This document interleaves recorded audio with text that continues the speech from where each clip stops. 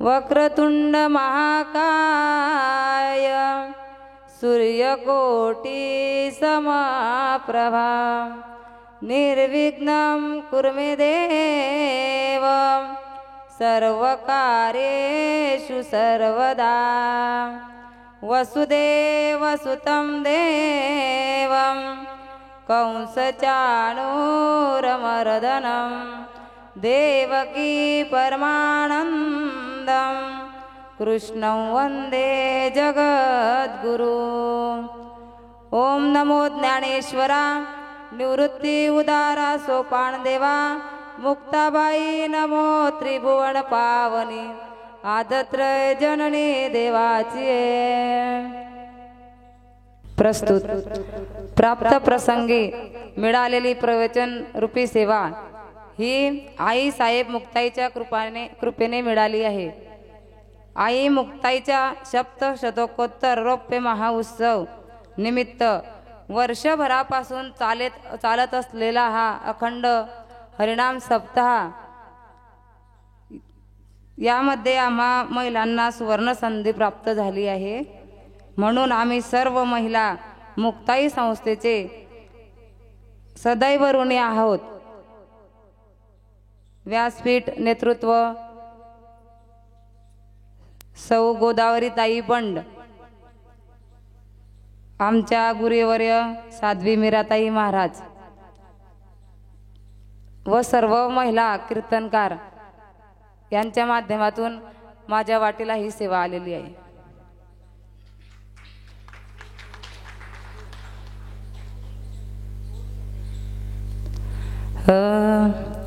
कृष्ण विष्णू हरी गोविंद या नामाचे निखिड प्रबंध माझी आत्मचर्चा विशद उदंड गाती।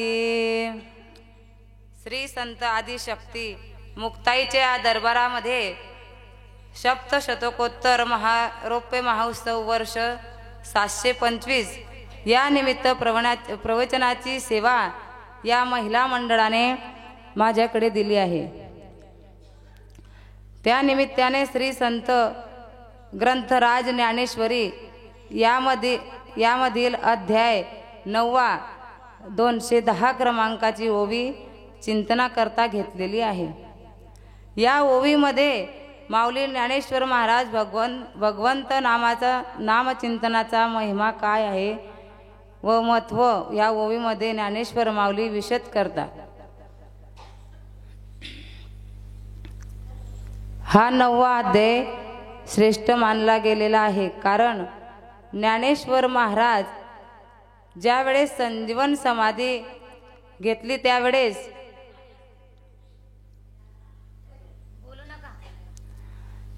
ज्ञानेश्वरी ग्रंथ समोर ठेवून ज्ञानेश्वर महाराजांनी हा 9वा अध्याय उघडून ठेवला होता। या 9व्या अध्यायामध्ये श्रीमद भागवत गीतेचे वर्णन तर आहेच, तर श्रेष्ठ ज्ञान आहे, वर्णन आहे, श्रेष्ठ भक्तीचे वर्णन आहे, म्हणून निरुपम्य ठरला आहे। एका सुभाषितकाराने असे वर्णन केले, निरुपम कशाला म्हणतात, तर ज्याप्रमाणे आकाशाला आकाशाचीच उपमा देता येते, तर आकाश कसा आहे, तर आकाश आकाशासारखा आहे। तर सागर कसा आहे, तर सागराला सागराची उपमा देता येते, त्या सागराप्रमाणेच आहे। त्याचप्रमाणे राम रावणाचं युद्ध कसं झालं हो, तर राम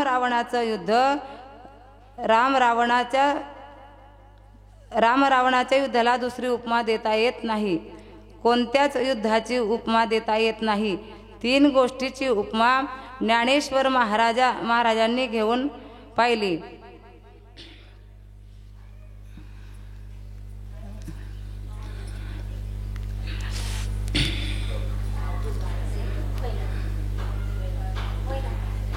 गगनम गगनाकारम सागरम सागरा उपमा राम रावण युद्धम राम रावण युवह म्हणून हा अध्याय निरुपम्य ठरला आहे। आता या अध्यायामध्ये भागवत नाम चिंतन हे सर्व साधनामध्ये सर्वोच्च आणि श्रेष्ठ मानले आहे। सर्व साधनाचे सार भव सिंधू उतरी पार। प्रत्येक युगामध्ये अशी भगवत प्राप्तीची साधना वेगवेगळी होती। कृतयुगामध्ये भगवंताचे ध्यान केल्याने भगवंताची प्राप्ती होत होती।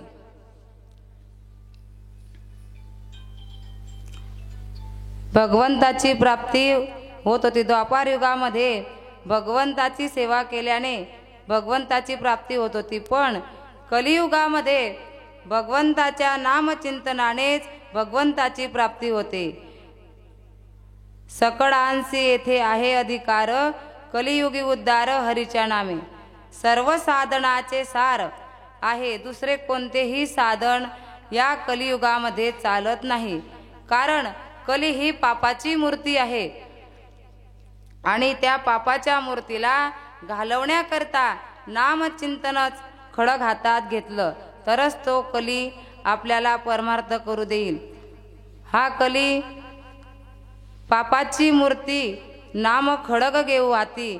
म्हणून या कलियुगामध्ये तुम्हाला प्रभावी साधन जर कोणतं असेल तर ते भगवंताचं नामचिंतन आहे।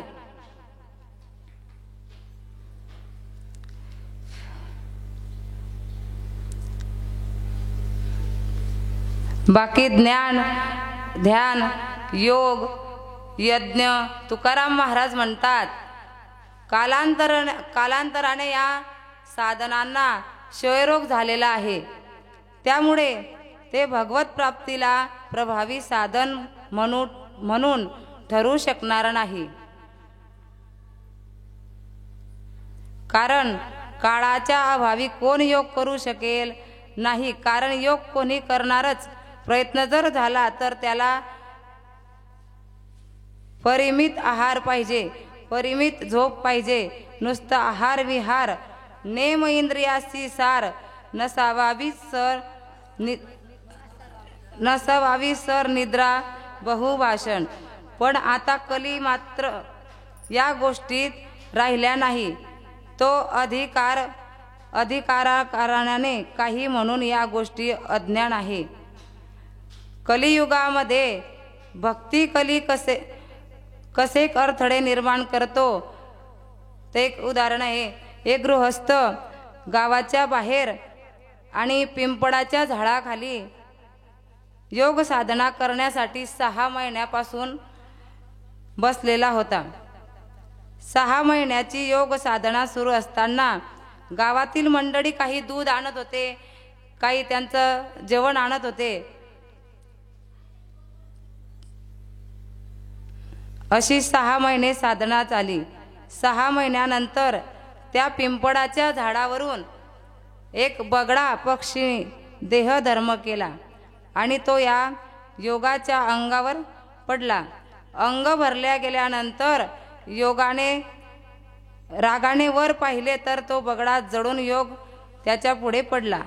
त्यांना असे वाटले आपली योग साधना आता पुरी झाली। कारण मी त्या बगड्याकडे नुसते क्रोधाने पाहिले तर बघा जळून खाली पडतोय, म्हणून आता आपण पूर्ण योग सिद्धी केला। म्हणून तो एका घरी जाऊन भिक्षा मागण्याकरता दारात उभा राहिला। माई भिक्षा देई असे म्हणून ते तितक्यात ती बाई म्हणत होती, थांबा बाबा, मी भाकर टाकतच आहे, माझी भाकर झाल्यानंतर तुम्हाला देतेच, थोडा वेळ 2 मिनिटं तुम्हाला थांबावं लागेल।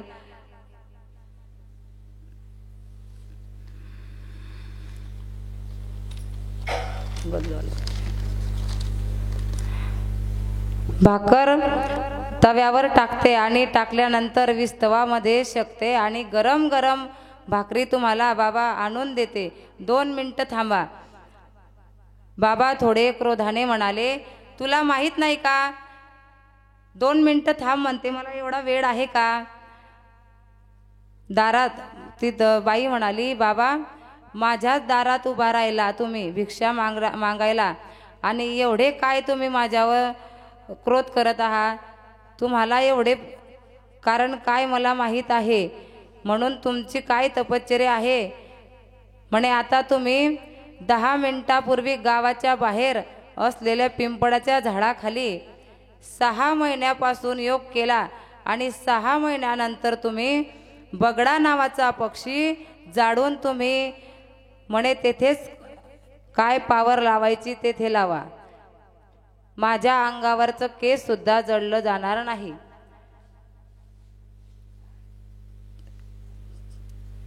बाई म्हणाली मी काही साधी नाही बाबा. मग बाबा शांत झाले, थोडा आवाज कमी केला आणि बाई म्हणाली मी 10 मिनिटापूर्वी एका झाडावरचा बगडा माझ्या अंगणात देहधर्म करतो आवाज मी केला. त्याला क्रोधाने पाहतो तर तो जडून खाक होतो. तर तुम्हाला इथं कसं काय समजलं म्हणे. बाबा मी माझ्या पतिदेवांची सेवा करते, मला बाकी काहीच माहीत नाही.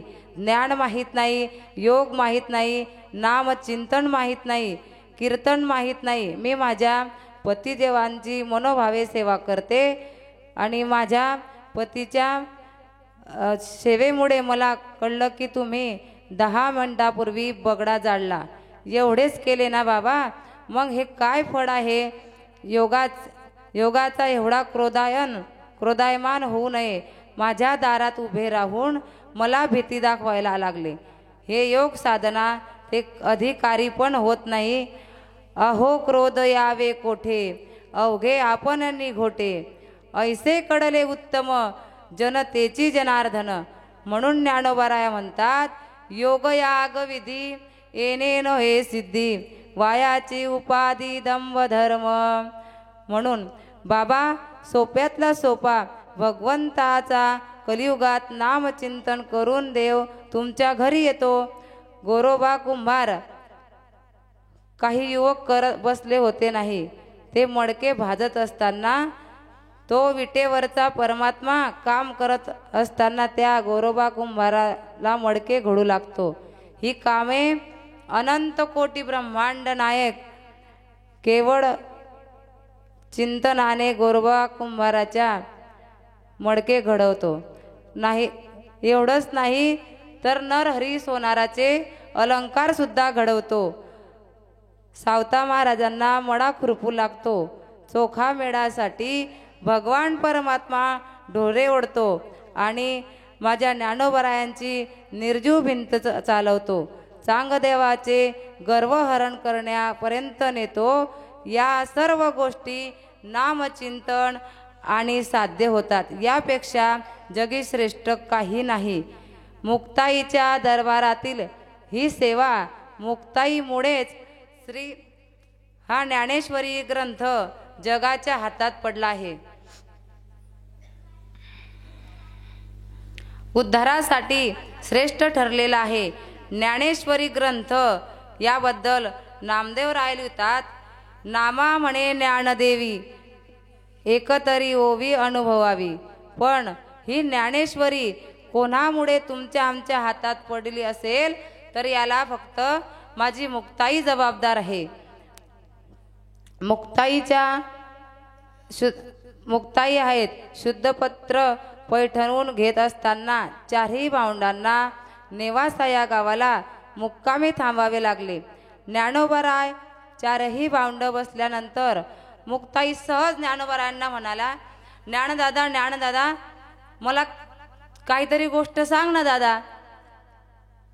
कारण संत ज्या वेळेस एकत्र बसतात त्यावेळेस आत्मज्ञानाच्याच गोष्टी करत असतात.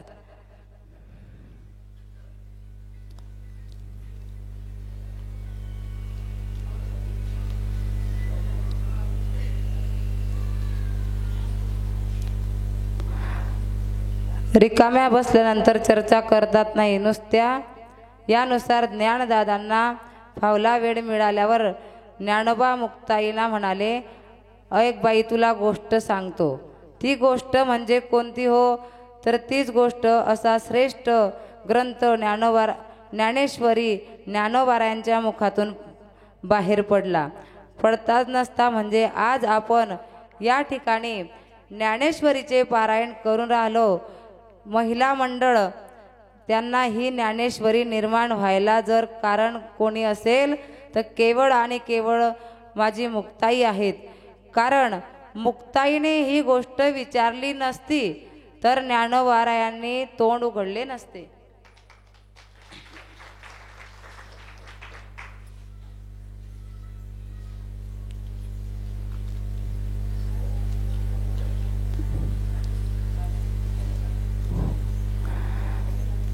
व हा जग कल्याणाचा श्रेष्ठ ग्रंथ बाहेर पडल्यास नसता तर मुक्ताईचे अनंत उपकार आहेत. हा ग्रंथ बाहेर पडल्यानंतर आणि एवढा जीवनात त्याचा छेड केला त्या विसोबा खेचर आणि म्हटले, माझे ज्ञानोबाराया अंघोळीला गेल्यानंतर अंघोळ करू नको, ए ज्ञाना इंद्रायणी वाटू नको. ज्ञानोबाराया भिक्षा मागण्यासाठी गेले तर विसोबायाने त्या भिक्षेची झोडी फाडून टाकली.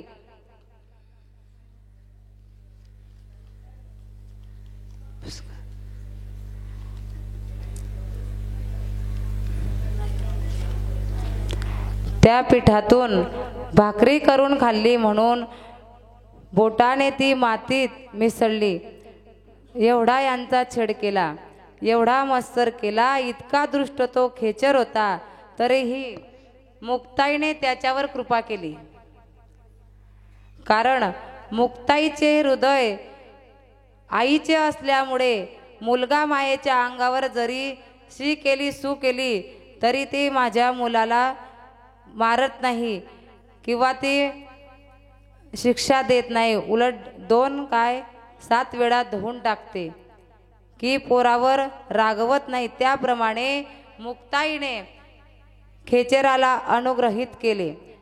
त्याला इतका अधिकार दिला की त्याच्यावर न रागवता त्यानं नामदेवाला अध्यात्मातील कच्चे मडके ठरवून गोरोबा कुमारांना सांगितलं की हा कसा आहे. इतका अधिकार मुक्ताईचा होता. जरी या नामदेवरायाच्या हातून देव दूध पित असला, नैवेद्य खात असला, तरी हा नामा कसा आहे याला तिकडे पाठवा. तिकडे कुठं पाठवा तर खेचराकडे पाठवा. मग खेचराकडे गेल्यावर तो शिवपिंडावरील पायाचा प्रताप आणि चमत्कार आणि तो प्रकार पाहून नामदेवांनी खेचरांचा अधिकार ओळखून विसोबा खेचराला गुरु केले. त्यावेळेला नामदेव महाराजांना सर्व भागवत प्राप्ती झाली. जडीस्थळी भगवंताची अनुभूती आली. नामा म्हणे सर्वा ठाई, ओळखी झाली खेचरापायी. खेचरामुळे मला या जगी विठ्ठल जडीस्थळी भरला ही अनुभूती आली. ही अनुभूती विसोबा खेचराने करून दिली. मग सांगा, ज्या विसोबा खेचराने मुक्ताई व 4 भावंडांचा ओतोनात छळ केला, 4ही भावंडांना जीवन जगणे कठीण केले, तरी देखील त्या खेचराला नामदेवरायांचा गुरु होण्याचा बहुमान मिळवून दिला. संत हे असेच उदार असतात. तर आपण एकनिष्ठपणे मुक्ताईच्या दरबारात जर चिंतन केले व सेवा केली तर तिची आपल्यावर का कृपा होणार नाही. आणि आजपर्यंत जगामध्ये एवढे संत झाले, त्यात ज्ञानेश्वर महाराज, नामदेव महाराज, योगी चांगदेवासारखे जेवढे नाही, ज्ञानोबारायांच्या काळात, ज्ञानोबारायांच्या नंतर आणि वर्तमान काळात जेवढे संत असतील त्या सर्व संतांत एकनाथ महाराजांनी असा शेरा मारला, सर्वत्र वरिष्ठ आदिशक्ती मुक्ताबाई. मुक्ताबाई अधिकाराने ताटीच्या अभंगातून ज्ञानेश्वरांना बोध देतात. संत तोची जाणा जगी, दया क्षमा ज्याचे अंगी, लोप अंता नये म्हणा, जगी विरक्तो तोची जाणा, इह परलोकी सुखी, शुद्ध ज्ञान ज्याचे मुखी, मिथ्या कल्पना मागे सारा, ताटी उघडा ज्ञानेश्वरा.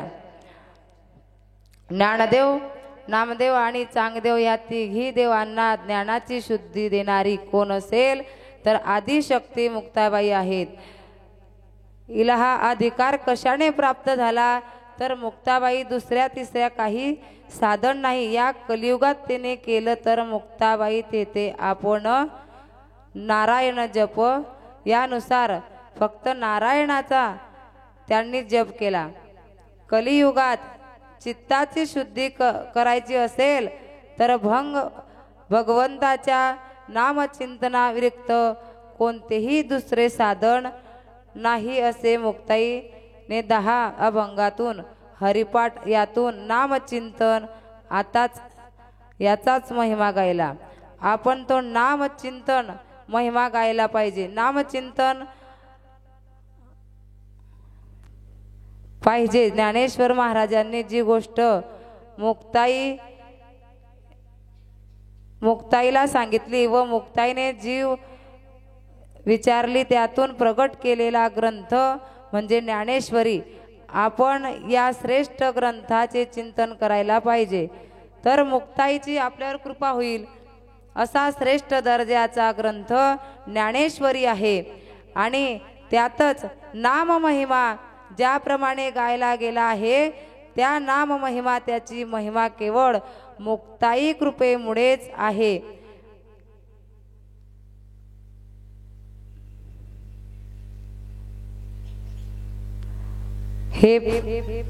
हे पुष्प मुक्ताई चरणी समर्पण करून सेवा संपवते. जय मुक्ताई.